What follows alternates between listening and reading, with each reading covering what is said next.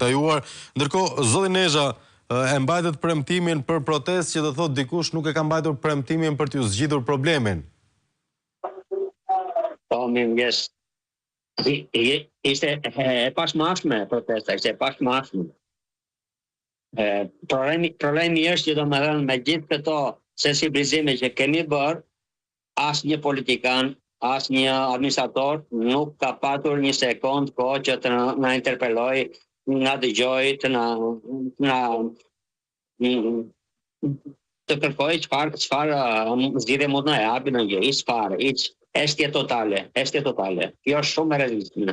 Do thotë që jep palë me ta, përderisa asnjë nuk është dënjuar që të na dëgjojë. Derisa u detyruam që të vemi të bëjmë denoncimin publik në SPAK dje me avokatin dhe me qindra banor të zonës.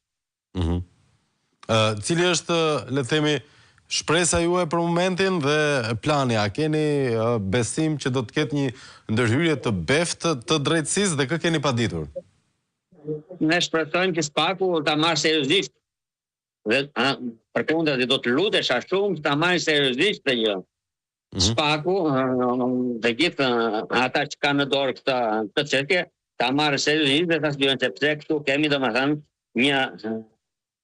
një organizim kriminal privati me publikun që kërkojnë të na sponsorin dhe të na popullojnë si zonë. Kemi, siç e tham, dhe në denuncën që kemi bërë, kemi të bëjmë me organizatë kriminale, plus kemi dhe me krim kundër njerëzimit, sepse politika po na detyron që të vendosemi nga tokat tona, nga tokat e të parëve tanë. Po na detyrojnë që të spopullohemi.